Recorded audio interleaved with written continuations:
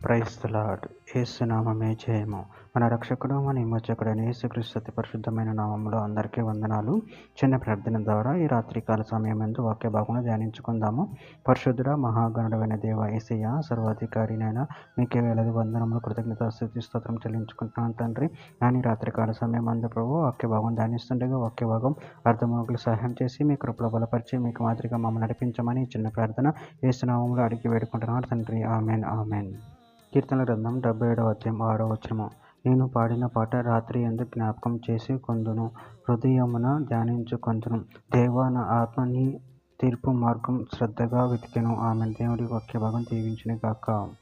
ప్రభునందు ప్రియులారా, ఇక్కడ వాక్య భాగంలో గమనించినట్లయితే, నేను పాడిన పాట రాత్రి యందు జ్ఞాపకం చేసుకొందును, హృదయమున ధ్యానించుకొందును. దేవా, నా ఆత్మ నీ తీర్పు మార్గం శ్రద్ధగా వెతికెను.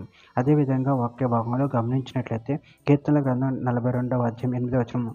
ఆయనను పగటి వేళ యెహోవా తన కృప కలగా నాజ్ఞాపించును. రాత్రి వేళ ఆయనను గూర్చిన కీర్తనయు, నా జీవదాతైన దేవుని గూర్చిన ప్రార్థనయు నాకు తోడుగా ఉండును.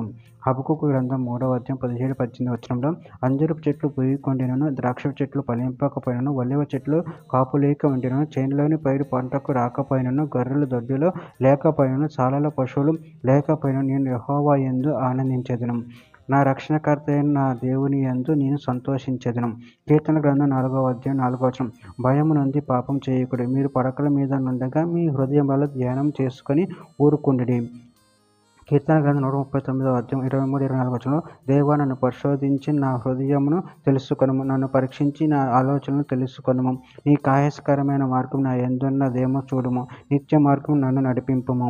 కీర్తన గ్రంథం 16వ అధ్యాయం 7వ వచనం. నాకు ఆలోచనకర్త యెహోవాను స్తుతించెదను, రాత్రి గడియలో నా అంతరింద్రియం నాకు బోధించుచున్నది. కీర్తన గ్రంథం 119వ అధ్యాయం 55వ వచనం. యెహోవా, రాత్రివేళ నీ నామమును స్మరణ చేయుచున్నాను, నీ ధర్మశాస్త్రం అనుసరించి నడుచుకొనుచున్నాను.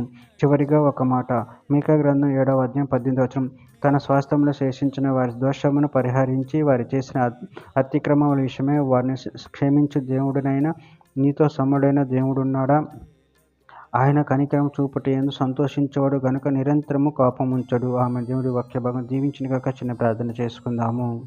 పరిశుద్ధుడా, ప్రేమగలైన దేవ యేసయ్య, మీరు ఇచ్చిన వాక్యదానాన్ని బట్టి ప్రభావం కృతజ్ఞతలు చెల్లించుకుంటున్నాను తండ్రి. మీరే మాకు నిరంతరం తోడుగా ఉంటూ మమ్మల్ని రక్షించి కాచి కాపాడు దేవుడే ఉన్నారు ప్రభు. అందుని బట్టి ప్రభావం కృతజ్ఞతలు చెల్లించుకుంటున్నాను ప్రభు. మీరే మాకు తోడుగా ఉండి మమ్మల్ని నడిపించి మీకు మాదిరిగా మమ్మల్ని నడిపించమని చిన్న ప్రార్థన నామములో అడిగి వేడుకుంటున్నాను తండ్రి. Amen amen.